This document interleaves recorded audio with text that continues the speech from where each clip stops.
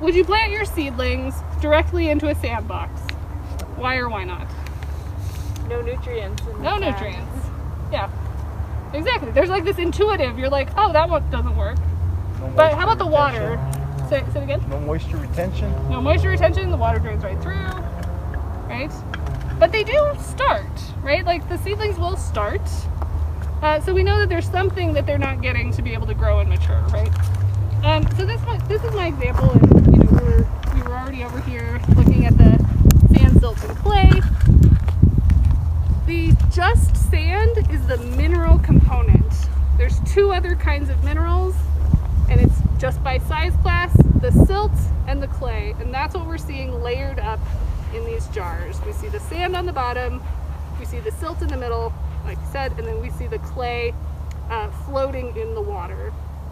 The organic material stays on top for the ones on the left. The ones on the right, the compost, because it's so organic matter rich, some of that organic matter is heavy enough to sink to the bottom. But I think you were right. We get this nice dark organic material in those two jars. So, well done.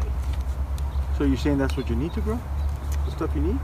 Those Yeah, three things? so you need all of them. Okay. Right? Yeah. So looking on page, whatever this is, 9, thank you.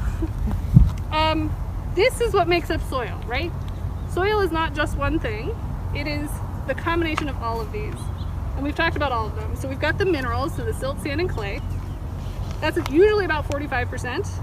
And then something we don't think about is the air. The air is a really important part of soil. So think about if you're trying to water onto a really clayey soil, what happens? Slides right off. Slides right off. It gets really compacted. There's no air in there. So what you want is air and water. But out here, often we do not have as much water as we would like. That's where we talked about the sand and the water goes right through. The clay holds on to the water. So we're very much in the Goldilocks world where we want some of this and some of this, and we want it to be just right. Unfortunately, there's not a whole lot we can do about the texture of our land. There's almost nothing we can do to change it. The one thing we can change is the organic material. So native soil, I've tested hundreds and hundreds of samples. We have between 1 or 2% organic material if you just pick a spot on New Mexico. That's pretty low. Seattle, you probably have about 5, closer to 5. But that's the piece that you can manipulate. Compost is a great way of adding organic material to your soil. But, you know, like we said, it's the just right piece. Because let's go to the opposite extreme. Planting your plants in sand doesn't work. Well, compost is good. Let's plant it in compost. Is that a good idea? No. Why not? Too hot. It'll burn the roots. Yes. Yeah, it'll burn the roots. It's literally too much nutrients for the plant. Any other thoughts? How about what'll happen to the water? Just goes right through. Sometimes it will hold on, but sometimes it'll get soggy, right? It'll be soggy at the bottom and then dry at the top. Yes. Anything else? How about You want to hold the plant? yes, nobody got it the last time. Yeah, it's actually the physical structure of the root and holding the plant upright.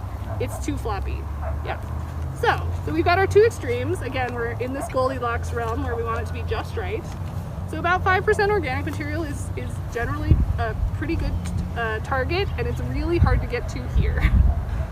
Really, like, don't feel bad if you don't get to 5%.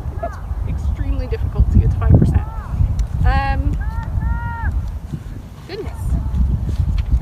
So that was, oh right. The other important thing about organic material is that it's alive, right? And I think your group definitely knows that. But we can demonstrate it, we can prove it.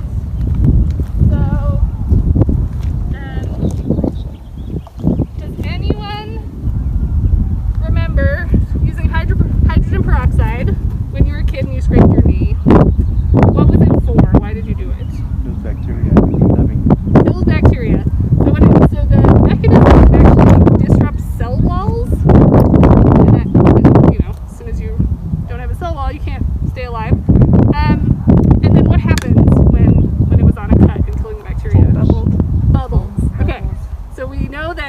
bubbling is an indication that there is life and there are cell walls to break.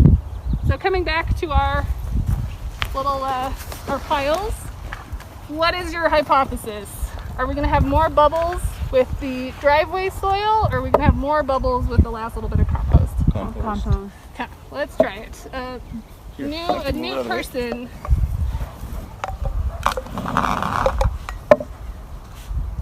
This didn't work. I don't know why I'm holding it. It worked way better to just squirt a little in. All right. I got the driveway. You've got the compost. Oh, compost. All right. Oh, perfect. Do we see bubbles? I see bubbles. We do, I feel yeah. like, Yeah, we do. a whole line of. Great. Look, my Yes, and I'll take this also. Thank you. classmates looking at that. Great. You can see the whole line of bubbles, and I'll just let you Bubbles. pass along. Yeah.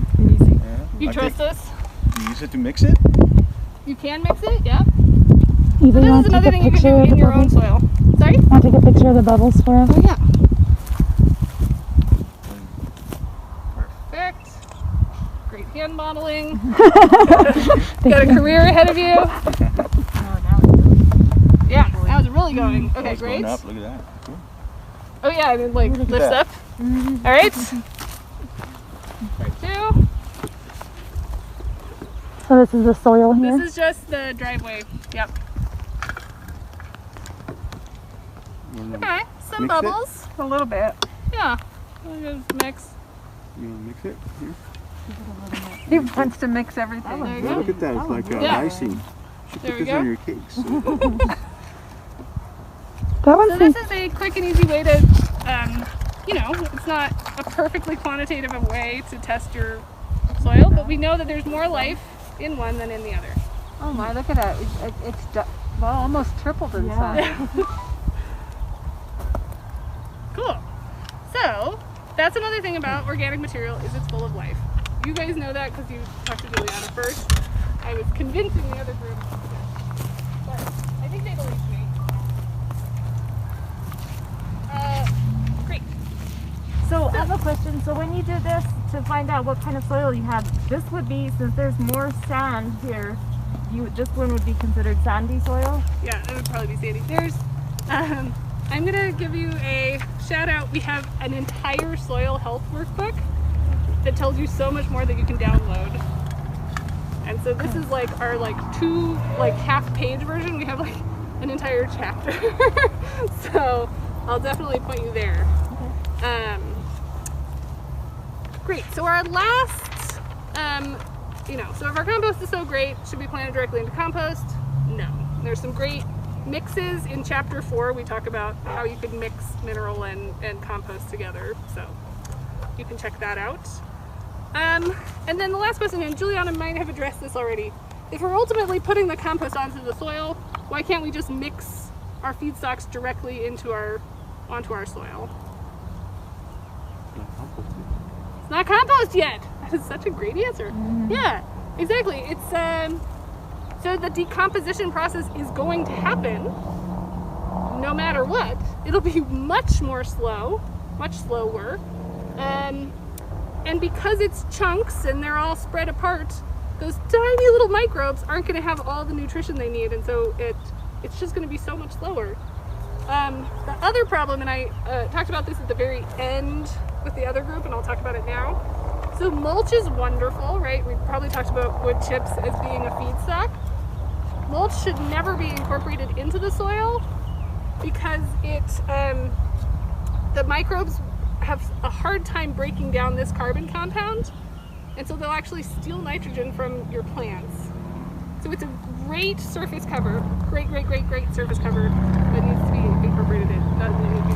Yeah. You have gotten into the major debate that I have in my relationship. So stubble that's left over from the year before, like corn stalks and stuff, if we just cut them at the base and leave that carbon in the ground, are we causing that same issue to our vegetables of tying up nitrogen? Depends on my endless answer. It depends on what you were. If it was something woody, I don't know. though. The roots break down differently than the woody part. Ah. I see. So The basically, fine roots will break But down. isn't corn roots more woody? They're pretty know. fibrous. yeah, but spread out pretty good. it'd be like that coconut fiber thing, Yeah. right? I think I'm gonna go with it depends. Great.